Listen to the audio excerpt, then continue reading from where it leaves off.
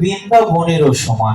ঠিক আছে, আমি মানলাম যে নদীর দুই ধারে যে ফুলবন রয়েছে, এই ফুলবন নদীর ধারে কাশফুল হয় না, এই কাশফুল দেখে গৌরী বলছে যে এটা বৃন্দাবন।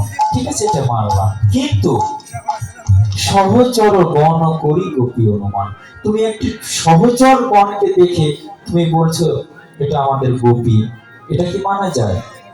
কেননা বৃন্দাবনে রাস হয়েছিল, ভগবান শ্রীকৃষ্ণ ছিলেন আর অনন্ত কোটি গোপীগণ ছিলেন, রাস হয়েছিল। কিন্তু এই নবদ্বীপে তুমিও পুরুষ আর যত সবাই আছে সকলে পুরুষ, তাহলে এরাই তারা তারাই এরা কেমন করে হলো? এটাকে নিয়ে চারটিখানি কথা নাকি? তুমি বললে আর আমি শুনবো। মহাপ্রভু বলেছেন যে তোমরা তো দেহ দেখছো, তোমরা সহচরের নয়নে নয়ন দিয়ে একবার দেখে নাও, এই সহচরগণের দেহ পুরুষের বটে কিন্তু তাদের মন তো নারী। তাদের দেহ পুরুষের বটে কিন্তু তাদের মন তো নারী। কেন জানো?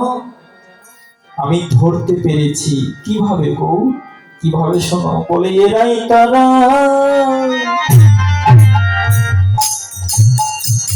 ওরে তারাই এরা,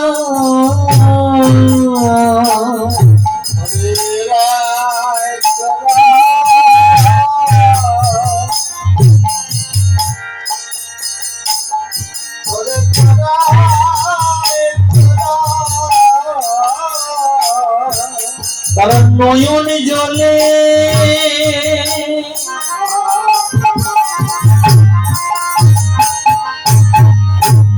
করিল ধরা,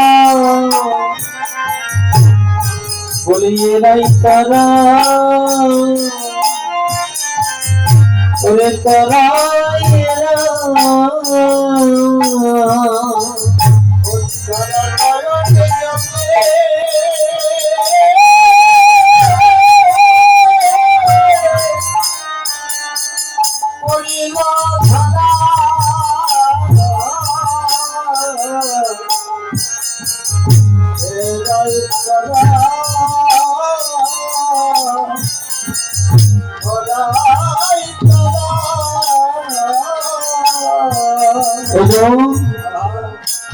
তোমরা দেখতে পাচ্ছ না এই যে পারিষদগণ যারা রয়েছে এরা কৃষ্ণ কৃষ্ণ বলে কাঁদছে, এরা নয়ন ধারায় ধরা পড়ে গেছে। বলছে এটা তারাই এরা, এরাই তারা। কেননা গোপীগণ ব্যতীত কৃষ্ণ কৃষ্ণ বলে এমন করে কেউ কাঁদতে পারে না। ভক্তরা দেখো নয়ন ঝরে কাঁদে। আচ্ছা বলুন তো, কান্না তো নারী জাতির জন্য, নারীরা কাঁদতে পারে, হৃদয়ের মনে দুঃখ প্রকাশ করতে পারে কান্না রূপে, পুরুষেরা কিন্তু তা পারে না। পুরুষেরা কেউ কাঁদতে পারে না। কিন্তু যে পুরুষের নয়নে কান্না দেখবে, নয়নে অশ্রু দেখবে, জানবেন সে বাহিরে পুরুষের দেহ বটে কিন্তু সে পুরুষ নয়। বলি এরাই তারা,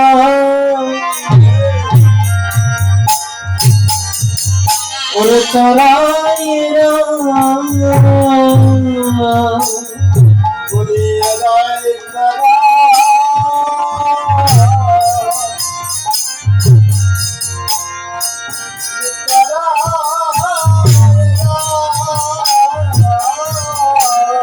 বলি এরাই তারা, বলি তারা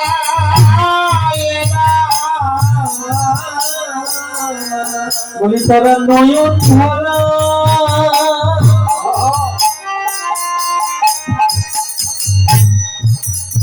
পড়েছে ধরা, বলি এরাই তারা, ওরে তারাই এরা,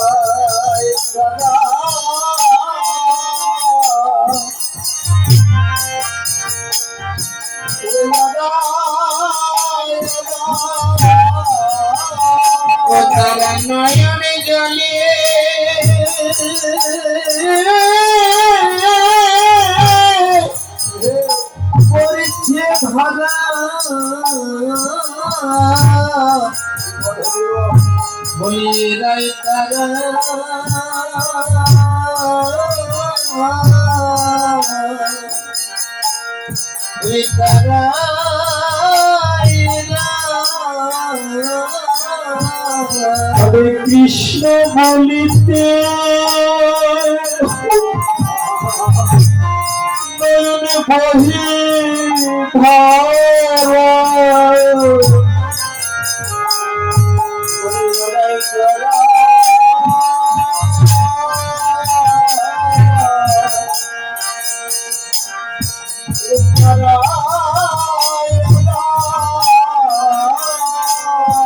তাদের কৃষ্ণ বলতে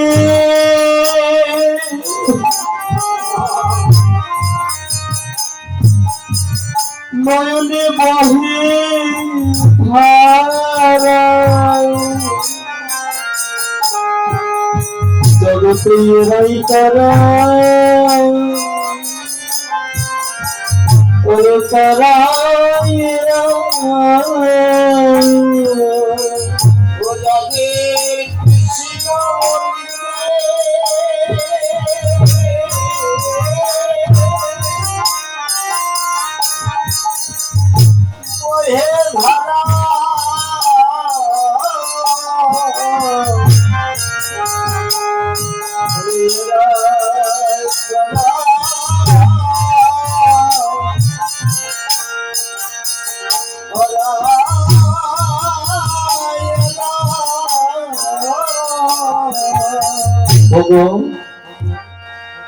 এরা ধরা পড়ে গেছে কোথায় জানো?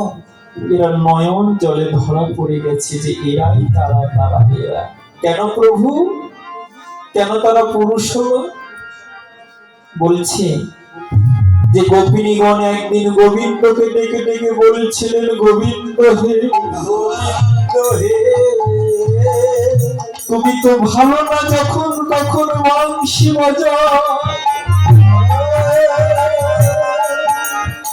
কিন্তু আমরা তো গুরুজনের ঘরে বাস করি, ওই বাদিনীর ঘরে বাস করি, সেই ঘর হইতে তো যখন তখন বের হওয়া যায় না, যেমন আমরা নারী জাতি যে যখন তখন তো বের হওয়া যায় না। কিন্তু পুরুষের জন্য কোনো বাধা নাই, যখন তখন বাহির হতে পারবে, কিন্তু নারীদের বড়ই বাধা। স্বামী কর্তৃক বাধা, পিতৃ কর্তৃক বাধা, ভাতৃ কর্তৃক বাধা, সমাজ কর্তৃক বাধা, পরিবার কর্তৃক বাধা, আর কুটিলা জটিলার মতন শাশুড়ি ননদ থাকলে তো আরো কত বাধা।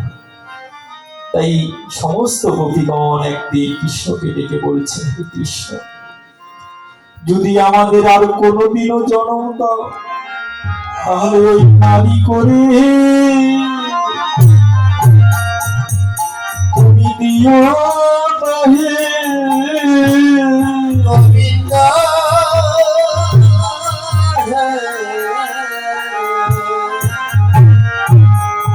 আমাদের নারী করে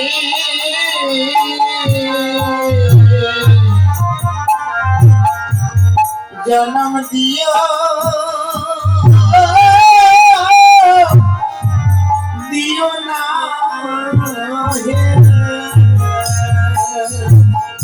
বলি যে জন্মে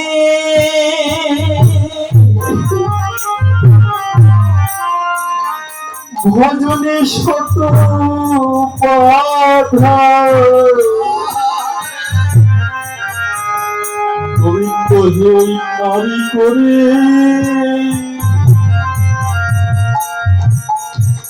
জন্ম দিও নাহি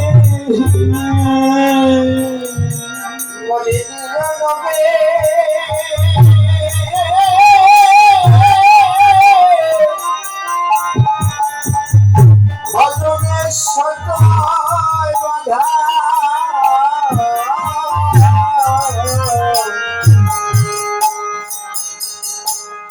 নারী করলে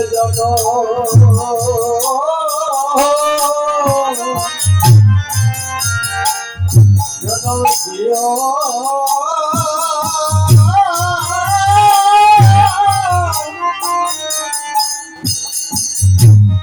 দিও হে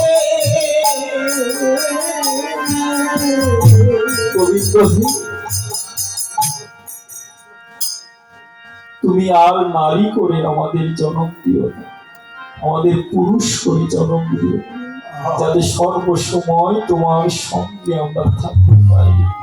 ভগবান বলছেন তথাস্তু। আগমনী কলিতে তোমরা সকলে পুরুষ দেহ প্রাপ্ত হবে। তাই ললিতা, বিশাখা, চিত্রা, চম্পক, লতিকা, রঙ্গদেবী, তুঙ্গবিদ্যা, সুদেবী, ইন্দ্রলেখা, যত সখীগণ ছিলেন, গোপীগণ ছিলেন, আজ তারা সকলে পুরুষ দেহ প্রাপ্ত হয়েছে। শ্রীরূপ সনাতন ভট্ট রঘুনাথ, শ্রীজীব গোপাল ভট্ট দাস রঘুনাথ, স্বরূপ দামোদর, রায় রামানন্দ, সকলে তারা গোপী আজ পুরুষ দেহ প্রাপ্ত হয়েছে। কিন্তু পুরুষ দেহ প্রাপ্ত হলে কি হবে? তাদের স্বভাবটা এখনো নারী রয়েছে। তাই এখনো নয়ন বাড়িতে তারা ধরা পড়ে যায়। তাই ফুলবন দেখি গোরা বৃন্দাবনের সমান, আজি সহচর বন দেখি, দেখি পর গোপী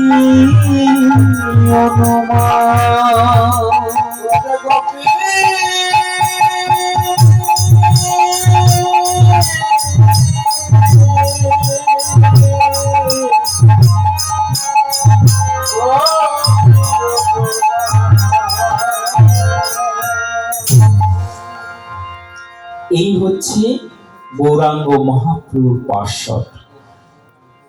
অন্তরঙ্গ ভক্ত লইয়া করে প্রভু হরি নাম সংকীর্তন, অন্তরঙ্গ ভক্ত লইয়া করে প্রভু প্রেময়া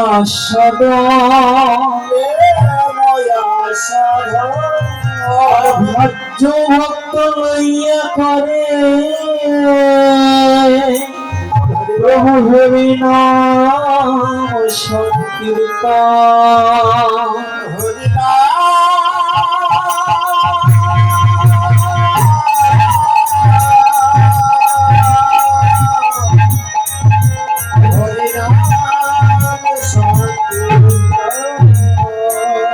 প্রভুর দুই ধরনের ভক্ত, এক অন্তরঙ্গ, এক বহিরঙ্গ। অন্তরঙ্গ ভক্তগণকে নিয়ে কি করে? উনি রস আস্বাদন করে। কোন রস? এই পদাবলী রস। অন্তরঙ্গ ভক্ত কয়জন? বললে 3.5 জন। এখন বাবারা চমকিত হয়ে গেলেন, এই 3.5 জন কি মানুষ হয়? হয় 3 হবে, নাই 2 হবে, নাই 4 হবে।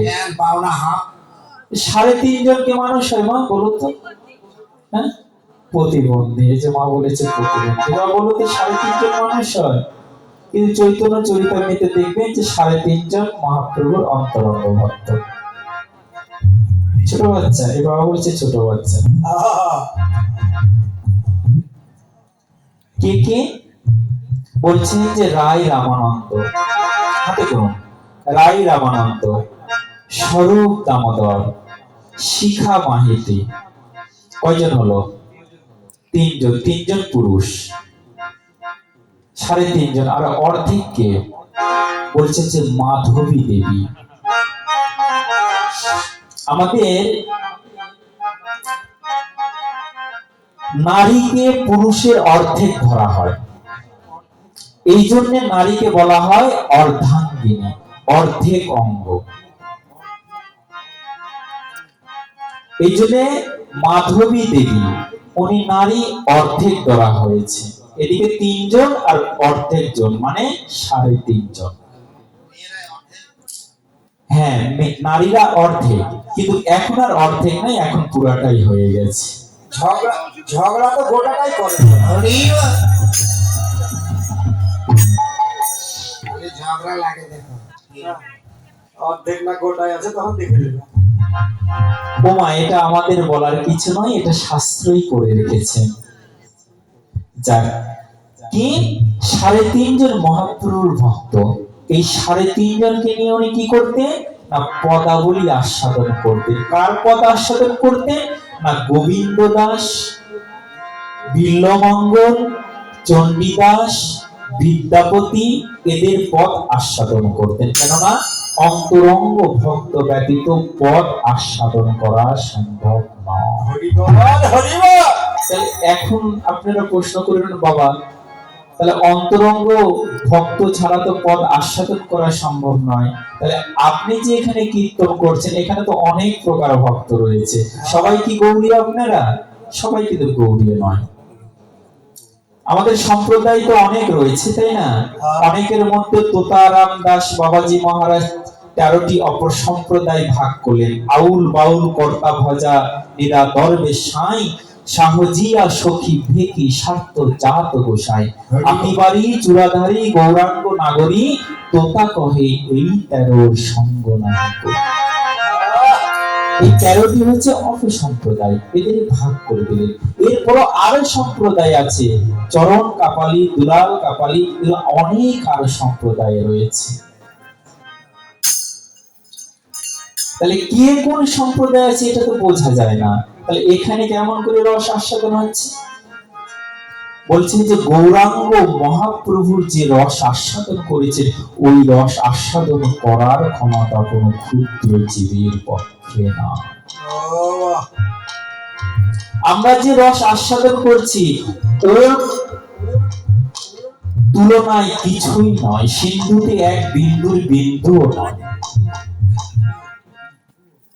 যদি রস আস্বাদন করতে পারতাম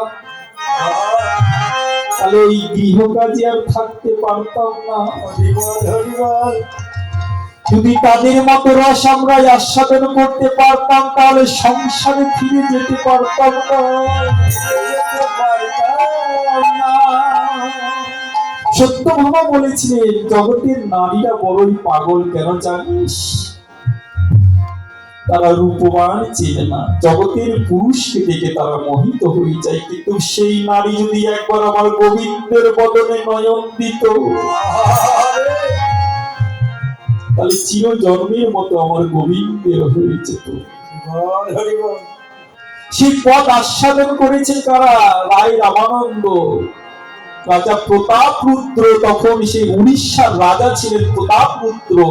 সেই রস আস্বাদন করতে পেরে তার রাজ্য আর ভালো লাগে না।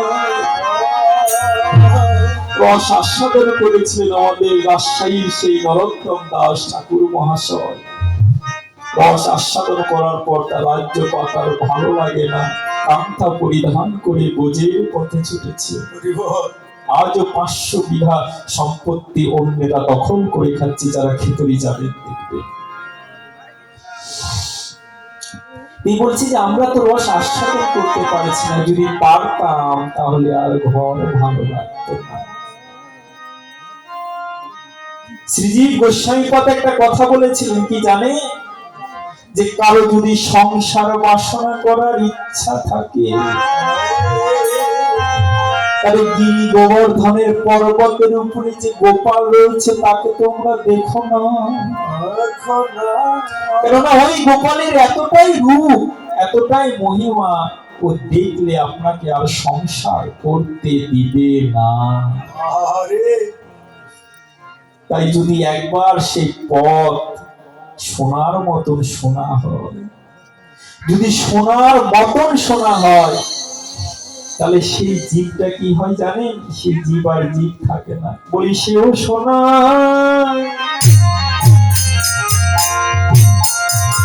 ওরে হয়ে যাইব,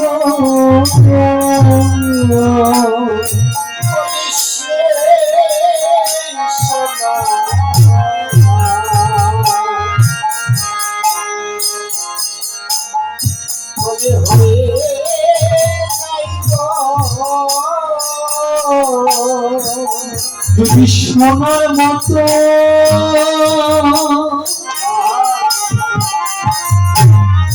ওরে একবার শোনে,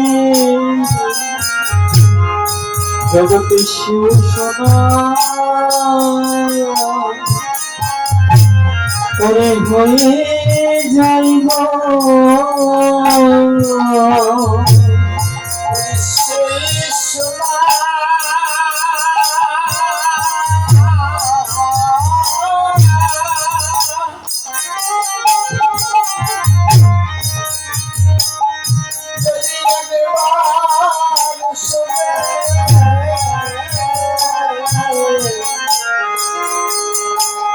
সোনা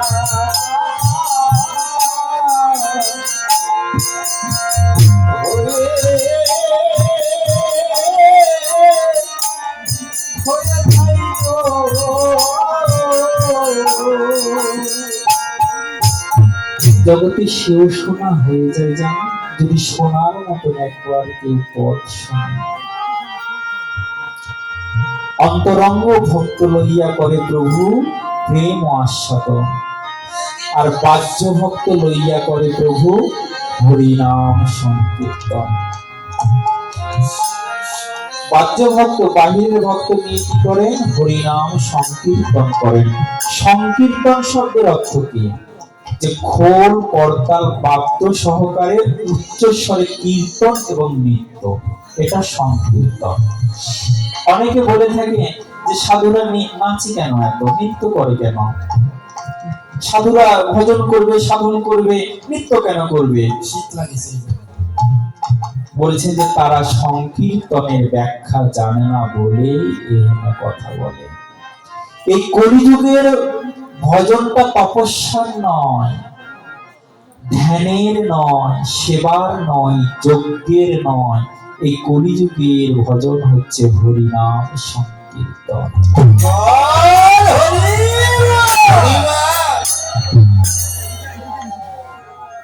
প্রভুপাদ একদিন কথা বলেছিলেন যে পৃথিবীতে যত আছে নগরাদি গ্রাম, সর্বত্র প্রচার হইবে মোর এই হরিনাম।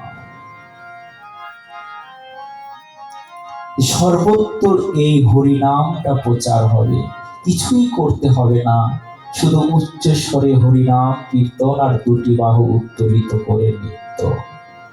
নৃত্যটা কেন বললেন? বলছে যে যখন দেখবেন কোন গাছে যদি পাখি থাকে, গাছটাকে যদি নাড়ানো হয় তাহলে ওই গাছে কি পাখি থাকবে? থাকবে না।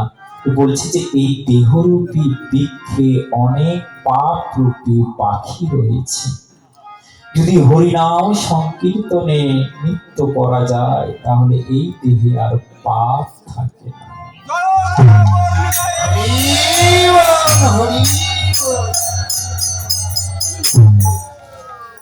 তাই মহাপ্রভু এই যুগের ভজনটা এই হরিনাম সংকীর্তন আনলেন।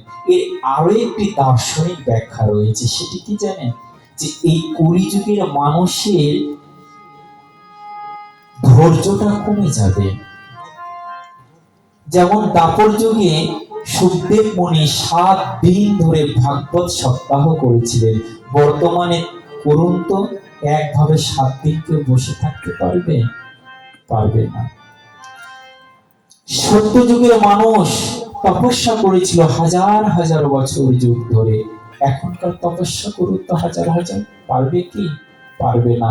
এই 3 ঘন্টা বসে থাকতে আপনারা কয়বার যে পা এদিক ওদিক করছেন তার ঠিক নেই, আমি তো দেখছি। ত্রেতাই কি যজ্ঞ করছিল, এখন যজ্ঞ করুন তো, পারবেন কি? যজ্ঞই শুদ্ধ হবে না, কেননা ভূমি শুদ্ধ নাই। কারণ যেখানে যজ্ঞ করাবে সেই 7 হাত পর্যন্ত মাটিতে কোনো অস্পৃশ্য জিনিস থাকবে না। এখন মাটি খুললে কোথাও না কোথাও একটু হাড় পাবেন, অবশ্যই জীবাশ্ম পাবেনি। ঘি দ্বারা যজ্ঞ করবে, সেই ঘিটাও শুদ্ধ নয়। ফল মূল দ্রব্যাদি এগুলোই শুদ্ধ নয়, যজ্ঞটা শুদ্ধ হবে কেমন করে? সেবা সেবা আমরা দিতে পারি কই? ওমা, একটা কথা, যখন সেবার কথা চলে এসেছি একটু বলি। আপনাদের ঘরে ঘরে তো গোপাল আছে, তাই না? আছে কিনা? কার কার বাসায় আছে তো হাত তোলেন তো।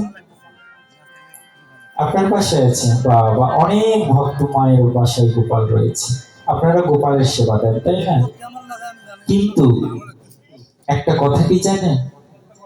যে যুগলের সেবার অধিকার সকলের রয়েছে, রাধা কৃষ্ণের সেবার অধিকার সকলের রয়েছে, কিন্তু গোপালের সেবার অধিকার সকলের নয়। কেন নাই জানেন? একমাত্র যশোমতির মতন বাৎসল্য ভাব না আসলে গোপালের সেবা করা যায় না। দণ্ডে 10 বার খাই তার নাহি লেখা, নবনী লুবদ গোপাল পাছে আইসে একা। গোপালকে সেবা তারাই যোগ্যতা পায় যারা দণ্ডে 10 বার গোপালকে সেবা দেয়। দণ্ডে 10 বার, দণ্ড মানে কি? এক দণ্ড সমান কি? 22 মিনিট। 22 মিনিটে 10 বার জিনিস গোপালকে সেবা দিতে পারবে। আর আমরা কি করছি? ওই যে সকালে একবার স্নান আদি করে সেবা দিলাম, দুপুরে হয়তো মন চাইলো দিলাম, না মনে হলো তো এইদিক ওইদিক চলে গেল, রাত্রিতে গিয়ে একটু গোপালকে সেবা। তাহলে যিনি বাচ্চা, গোপাল তো বড় নয়, ছোট্ট বাচ্চা, ছোট্ট বাচ্চাকে কি ওই দিনে 2 বেলা সেবা দিয়ে রাখতে পারে? আপনার নিজের সন্তান কয় বেলা খাওয়ান? তাহলে আপনি নিজের সন্তানকে 14 বার খাওয়াচ্ছেন, ক্ষুধা লাগছে, ক্রন্দন করছে, তাহলে স্বয়ং জগৎপতি ভগবান বালক, সেই বালক রূপকে কি আপনি এই 2 বেলা সেবা দিতে হবে? অপরাধ হয়ে যাবে। যুগলের সেবা দিন, যুগলের সেবা 3 বেলা 5 বেলা, নিম্ন তো গৃহস্থর 3 বেলা করতেই হবে, নিয়ম তো 5 বেলা করা, কিন্তু 3 বেলা তো অন্তত করতেই হবে, মাস্ট। কিন্তু গোপাল যদি রাখেন তাহলে 3 বেলায় হবে না। এই জন্য বলছি যে গোপাল সেবার অধিকার সকলের নাই। আর কি কলিযুগে বলছে যে গোপালের সেবা নয়,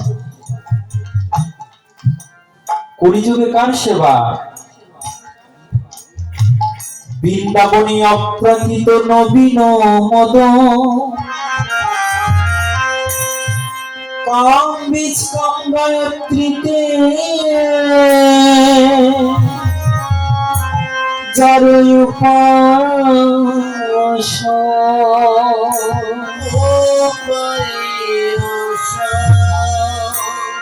বৃন্দাবনে অপ্রাকৃত নবীন মদ, কাম বীজ কাম গায়ত্রীতে যার উপাসন। যুগলের সেবা অপ্রাকৃত নবীন মদন, নবীন কৃষ্ণ। কোন কৃষ্ণ? ওমা, সব কৃষ্ণ কি এক? কথা যখন চলে এসেছে একটু আলোচনা হয়েই যাক। কৃষ্ণ কয় প্রকার রয়েছে?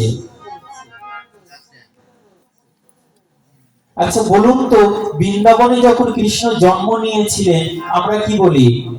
যশোদানন্দন, তাই বলি না? নন্দের নন্দন, আবার বলছি দেবকী নন্দন। আসলে সন্তানটি কার? সন্তানটি কার? দেবকী, তাই না? আমরা সকলে জানি, টিভির সিরিয়ালে হয়তো আপনারা দেখেছেন, স্টার জলসায় দেখা যায় মাঝে মাঝে কি যে নন্দে বসুদেবের ঐরসে দেবকীর গর্ভে শ্রীকৃষ্ণের জন্ম, তাই না? সেখান থেকে কংসের কারাগার থেকে নন্দালয়ে নিয়ে আসলেন নন্দরাজা, বসুদেব নন্দরাজার ঘরে। এটাই তো আমরা জানি, তাই না? কিন্তু এটাই যদি হয় তাহলে যশোদা নন্দন, নন্দের নন্দন, নন্দ আত্মজ কেন বলা হয়? নন্দ আত্মজ কেন বলা হয়? রহস্য রয়েছে, বলবো কিনা ছেড়ে দিব? এই রহস্যটা কি জানেন? যে সেই ভাদ্র মাসে কৃষ্ণ পক্ষের অষ্টমী তিথিতে রোহিণী নক্ষত্র যখন অষ্টমীর সঙ্গে যুক্ত হলো, তখন দেবকীর গর্ভে থেকে একটা সন্তান জন্ম নিল।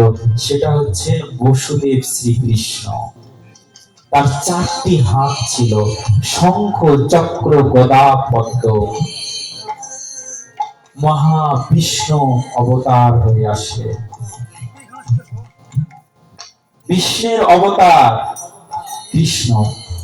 এর কাজটা কি? অসুর নিধন, যুগ ধর্ম প্রবর্তন। ঠিক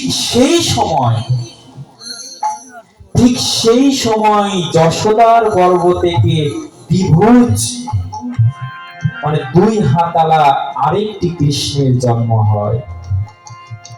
সেই কৃষ্ণ হচ্ছে মাধুর্যময় কৃষ্ণ। দেবকীর গর্ভ থেকে যে কৃষ্ণের জন্ম হয়েছিল সেটা ঐশ্বর্যের কৃষ্ণ, 4টি হাত। আর যশোদার গর্ভ থেকে যে কৃষ্ণের জন্ম হয়েছিল সেটা ছিল 2টি হাত, মাধুর্যময় কৃষ্ণ।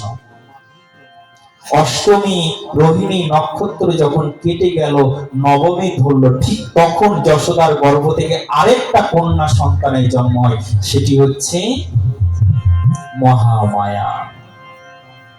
তাই বসুদেব যখন মাথায় করে সেই চতুর্ভুজ কৃষ্ণকে আনলেন, কিন্তু উনি তো বসুদেব তো ঐশ্বর্যের ভক্ত, মাধুর্য তারা দেখতে পারে না, ওই জন্য এই দ্বিভুজ কৃষ্ণকে বসুদেব আর দেখতে পারেন না। যখন ওই কৃষ্ণকে এই কৃষ্ণের কাছে রেখেছে, দুই কৃষ্ণ এক হয়ে গেল।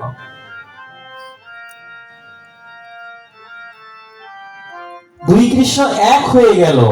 আজ যখন 11 বৎসর লীলা করে যখন ভগবান শ্রীকৃষ্ণ মথুরায় যাবে, তখন করলেন কি, দ্বিভুজ কৃষ্ণ বৃন্দাবনেই থেকে গেলেন, আর চতুর্ভুজ কৃষ্ণ মথুরায় চলে গেলেন। হরি বল, হরি বল। দেখুন কতটা রহস্য, এই মাধুর্যময় দ্বিভুজ কৃষ্ণের কথা কোথাও বলা হয় না। কোথায় বলা হয়েছে? শ্রীমদ ভাগবতে 22 খণ্ড আর ইস্কনের ভাগবতে 18 খণ্ডতে এটি উল্লেখ রয়েছে। দেখুন কত রহস্য রয়েছে। বলছে যে এই কৃষ্ণ দ্বিভুজ মুরলীধারী কৃষ্ণ, এই কৃষ্ণর সেবা করার বিধান শাস্ত্র দিয়েছে। আর যেটা চতুর্ভুজ কৃষ্ণ, ওটি আমাদের পূজনীয় ভজনীয় নয়। বৃন্দাবনের কৃষ্ণকে আমাদের ভজন, মথুরা দ্বারকার কৃষ্ণকে নয়। বৃন্দাবনের কৃষ্ণ দুই হাত, দেখুন আমরা যে কৃষ্ণকে ভজনা করি তার দুইটি হাত, তাই না? মানে বৃন্দাবনের কৃষ্ণকে আমরা ভজনা করি, বৃন্দাবন পার হয়ে যে কৃষ্ণ চলে গেছে তাটি আমার ভজনীয় নয়। ঠিক তদ্রূপ পঞ্চতত্ত্বের ভজনও তাই। ও বাবা, কিছু কথা আমি বলে গেলাম, অপরাধ হলে ক্ষমা করে দিয়ে। আমরা যে পঞ্চতত্ত্বকে সেবা করি, দেখুন তো এই পঞ্চতত্ত্বের আকৃতি সবাই দেখুন, তার ধুতি পরা রয়েছে, তাই না? পিছে কাছা দেওয়া রয়েছে, সকলে দেখুন যে পঞ্চতত্ত্বে গৌরাঙ্গ মহাপ্রভুর পিছনে কাছা রয়েছে, ধুতি পরা, তাই না? তাহলে পিছনে কাছা কারা দেয় বাবা? যারা গৃহী, যারা গৃহে থাকে তারা পিছনে কাছা দিয়ে পড়ে। আর যারা সন্ন্যাসী বাবাজি তারা কাছা দেয় না, তারা ডোর কৌপিন, তাই কিনা? পূজারী যখন ভোগ দেন, তো ভোগ আরতি গান করেন, তখন কি বলে? যে অদ্বৈত প্রভু ভুলিয়ে ভালিয়ে তাকে নিয়ে আসলেন, অদ্বৈত প্রভুর মন্দিরে ভোজন হলো, তাই আমরা বলি না? বলি কিনা? কিন্তু অদ্বৈত মন্দিরে যখন গৌরহরি ভোজন করেছিলেন, তখন কোন গৌরহরি ভোজন করেছিলেন?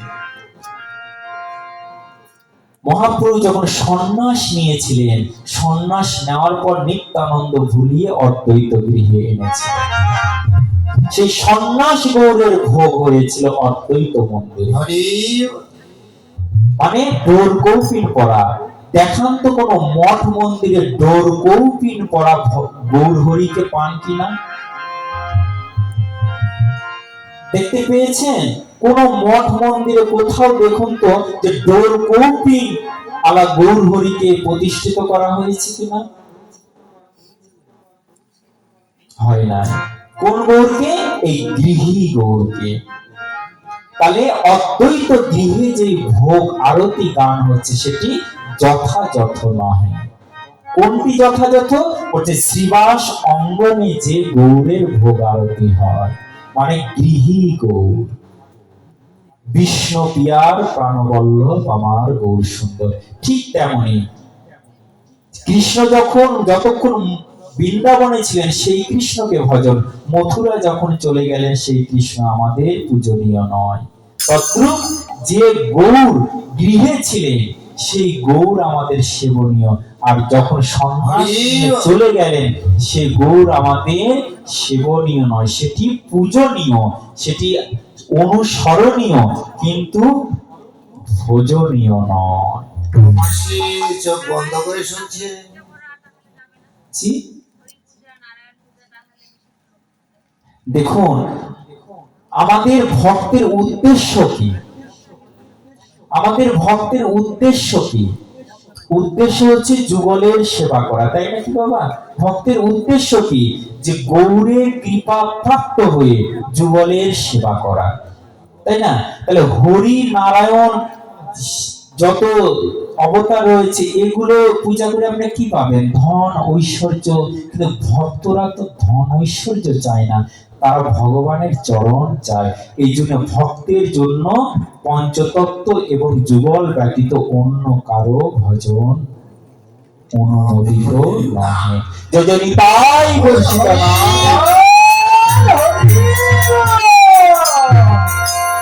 তাই হ্যাঁ, প্রশ্ন করতে পারেন, প্রশ্ন অবশ্যই করতে পারেন, কেন এটা আপনাদের অধিকার। বাবারা এত টাকা ভাড়া করে কীর্তনিয়া এনেছেন, কীর্তনিয়া গাল গল্প দিয়ে চলে যাবে, আর আপনারা বসে বসে হা করে শুনবেন, তা তো হবে না। আপনারা যখন প্রশ্ন করবেন তখন বাবাদের আনা সার্থক হবে, তখন আনা সার্থক হবে এবং আমাদেরও কীর্তন করা সার্থক হবে। তাই গৌর হরি আজ আমার কি করলেন? যে এই কলিযুগের ভজনটা হচ্ছে হরিনাম সংকীর্তন। খোল ও করতালের সঙ্গে হরিনাম সংকীর্তন করা। তাই গৌর হরি কি করছেন? এবার খোল ও করতাল মাঝে সুমেলি করিয়া,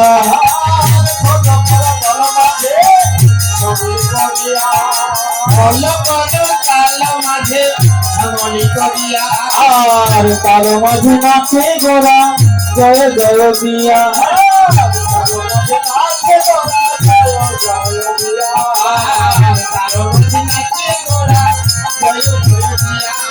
জয় জয় দিতেছে,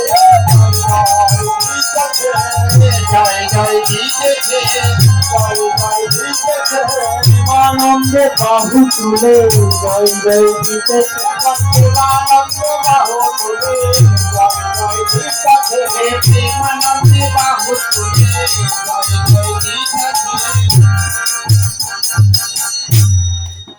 খোল ও করতাল মাঝে সুমিলে করিয়া, তার মাঝে নাচে গোরা জয় জয় দিয়া। আজ গৌরাঙ্গ মহাপ্রভু সেই রাসরস আস্বাদন করছেন নৃত্যের মাধ্যমে, নৃত্যের মাধ্যমে রস আস্বাদন করছেন। পদকর্তা এক পাশে দাঁড়িয়ে দেখছেন, সেই লীলাটি দর্শন করছেন, আর জগজিৎ বাসীকে বলছেন, জগজিৎ বাসী দেখো দেখো আমার গৌরাঙ্গ নাচে রে, গৌরাঙ্গ নাচে রে, গৌরাঙ্গ নাচে রে, গৌরাঙ্গ নাচে রে, হেমদণ্ড বাহু তুলে গৌরাঙ্গ নাচে রে, হেমদণ্ড বাহু তুলে গৌরাঙ্গ নাচে রে, হেমদণ্ড বাহু তুলে গৌরাঙ্গ নাচে রে, হেমদণ্ড বাহু তুলে গৌরাঙ্গ নাচে রে। গৌরহরি কি করছে? হেমদণ্ড বাহু, মানে দুটো বাহু উপরে দিয়ে নৃত্য করছেন। যে মহাপ্রভু যখন নৃত্য করছেন তখন তিনি নিতাই চাচ্ছিলেন, তিনি আর লোভ সামলাতে পারছেন না। মহাপ্রভুকে ডেকে বলছেন, গৌরী এতদিন তুমি আমাকে বঞ্চিত করেছ, কেননা যখন তুমি রাম হয়ে এসেছিলে আমি হয়েছিলাম লক্ষণ। হরিবল। বড় ভাইয়ের সঙ্গে ছোট ভাই কি নাচতে পারে? নাচতে পারে না। লক্ষণ রামকে সবসময় পিতৃজ্ঞান করতেন, বড় ভাই পিতার মতো সম্ভ্রমের সহিত থাকতেন, নৃত্য করতে পারেননি। দাপর যুগে যখন বলরাম হয়ে এসেছে নিতাই চাঁদ, তখন বড় দাদা ছোট ভাইয়ের সঙ্গে কি নৃত্য করা যায়? একটু প্রেস্টিজে বাঁধে না, সম্মানে বেঁধে যায়, নৃত্য করতে পারেননি। আজ যখন কলিযুগে নিতাই হয়ে এসেছে তখন বলছেন, গৌর হে আমি আজ আর তোমার কোনো বাধা মানবো না। বলি মানবো না, মানবো না, মানবো না, মানবো না, মানবো না, মানবো না, নিতাই হয়ে এসেছি দাদা, মানবো না, মানবো না, নিতাই হয়ে এসেছি দাদা, আজ আমি কোনো বাধাই মানবো না। তাই গৌর হরির সঙ্গে আমার নিতাই চাঁদ নাচছে। কেমন করে দেখো, নিত্যানন্দ নাচে, দেখো নিত্যানন্দ নাচে রে, নিত্যানন্দ নাচে রে, নিত্যানন্দ নাচে রে, নিত্যানন্দ নাচে রে, গৌর নাচে পাশে পাশে, নিত্যানন্দ নাচে, আমার গৌর নাচে পাশে পাশে, নিত্যানন্দ নাচে, আমার গৌর নাচে পাশে পাশে, নিত্যানন্দ নাচে রে, আমার গৌর নাচে পাশে পাশে, নিত্যানন্দ নাচে রে। আমার গৌর নাচে পাশে পাশে, নিত্যানন্দ নৃত্য করছে। তো যখন নিত্যানন্দ নৃত্য করছে তখন কি হয়েছে জানেন? ওমা, যদি একটি প্রতিযোগিতা করা হয় যে সকলে মিলে নৃত্য করা, তাহলে কারা আগে নাচবে? যারা বয়সে অল্প তরুণ তারা আগে নৃত্য করবে, তাই না? আর যারা বয়সে একটু অধিক বেশি তারা কি অতটা নৃত্য করতে পারবে? অতটা নৃত্য করতে পারে না। কিন্তু আমাদের গৌরাঙ্গ মহাপ্রভুর বেলায় হয়েছে উল্টো। পার্শ্বদের ভিতরে সবচাইতে বড় যিনি, অদ্বৈত প্রভু, মানে মহাপ্রভুর 60 বছরের বড়, 45 বছরের বড়, সেই অদ্বৈত প্রভু, সেই অদ্বৈত প্রভু নৃত্য করছেন। দেখো অদ্বৈত নাচে রে, অদ্বৈত নাচে রে, অদ্বৈত নাচে রে, অদ্বৈত নাচে রে, এনেছি এনেছি বলে অদ্বৈত নাচে রে, এনেছি এনেছি বলে অদ্বৈত নাচে রে, আমি কোমর খানি ধরে ধরে, কোমর খানি ধরে ধরে অদ্বৈত নাচে। প্রভু তুমি কোমর ধরেছো কেন? কোমর ধরে নৃত্য করছো কেন? বলছে জানো না আমার বয়সটা বেশি, কোমরটা একটু ইটিসি বিটিস হলেই তো গেল, ওই জন্য কোমরটা ধরে ধরে নৃত্য করছে। বলে অদ্বৈত নাচে রে, অদ্বৈত নাচে রে, গৌর এনেছি এনেছি বলে অদ্বৈত নাচে রে,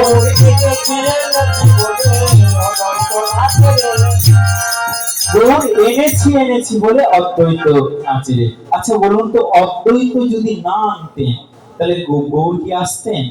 আসতেন না। অদ্বৈত প্রভুকে নারা বলা হয়। কেন বলা হয়?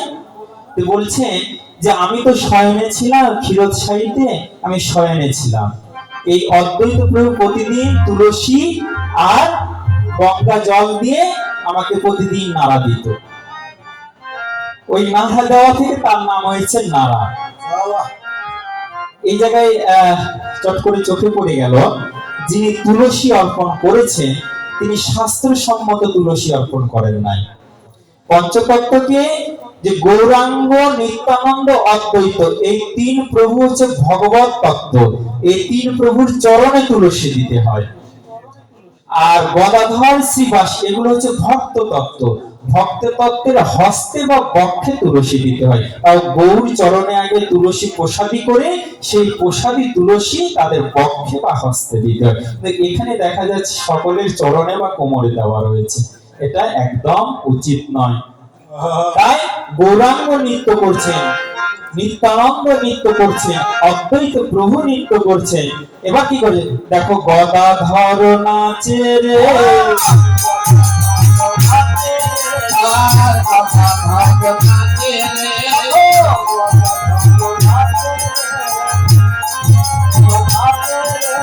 মহাপ্রভুর কালে কালে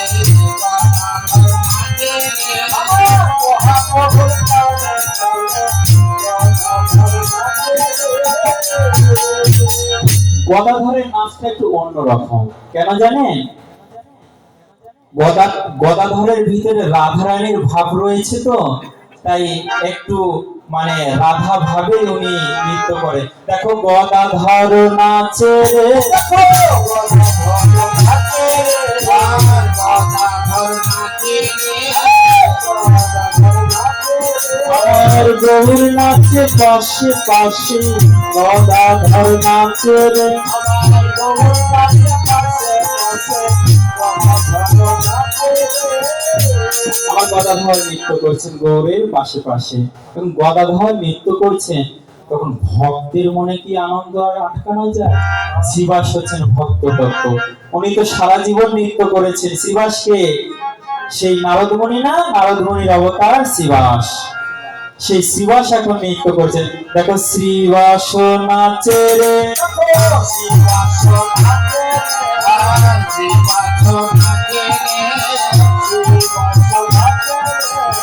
বল হরি বল হরি বলে শ্রীবাস নাচে রে, বল হরি বল হরি বলে শ্রীবাস নাচে রে, বল হরি বল হরি বলে শ্রীবাস নাচে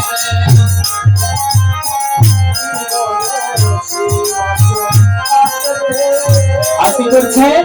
বল হরি বলে শ্রীবাস নাচে রে। আজ দেখো কি হচ্ছে, দেখো পঞ্চতত্ত্ব নাচে রে,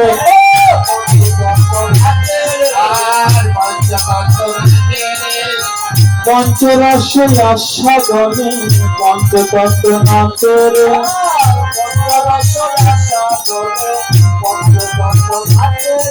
আমি পঞ্চরস আস্বাদনে পঞ্চতত্ত্ব নাচে রে,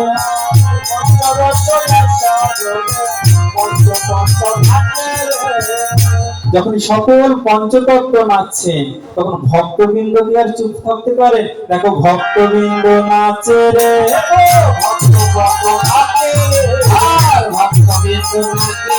আমার গৌর নিত্য দর্শনে ভক্তবৃন্দ নাচে। সবাই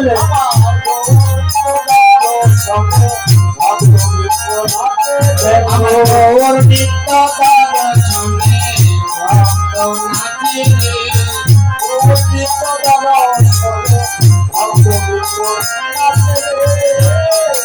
আর সকলে নৃত্য করছেন। খোলো করো তাল মাঝে সুমেলি করিয়া, তার মাঝে নাচে গোরা জয় জয় দিয়া। এবার যিনি লীলা দর্শন করবেন তিনি এখন বলছেন, এবারে বাসুদেব ঘোষ তাহে কররে বিলাস রে, কররে বিলাস। আবার বাসুদেব ঘোষে কহে বড়য় বিলাস রে, বড়য় বিলাস। বাসুদেব ঘোষে কহে বড়য় বিলাস রে, বড়য় বিলাস। এবার রাস রস গোরা চাঁদ করল প্রকাশ রে, করল প্রকাশ।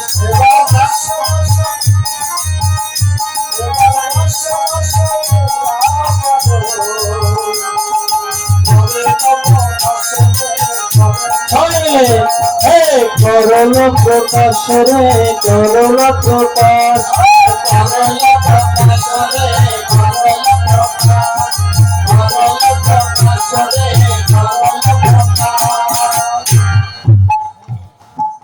বাসুদেব ঘোষ তাহে করয় বিলাস, রাস রস গোরা চাঁদন করল প্রকাশ। এবার লীলার প্রকাশ হলো, যা পূর্বে গোপন ছিল। চলো আমরা সকলে মিলে বৃন্দাবন যাব। বাঞ্ছা কল্পতরু ভস্য কৃপা সিন্ধু বচা,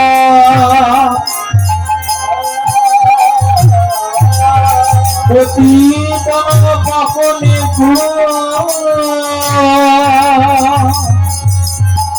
সকল বৈষ্ণব নমো নমো।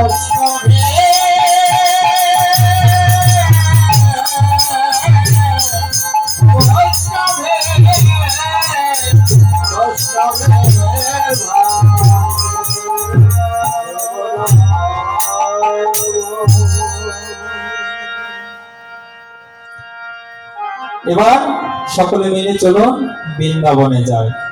কিন্তু বৃন্দাবনে যেতে হলে কি শ্রীমতী রাধারানী অনুমতি ছাড়া বৃন্দাবনে যাওয়া সম্ভব নয়। আছে কি?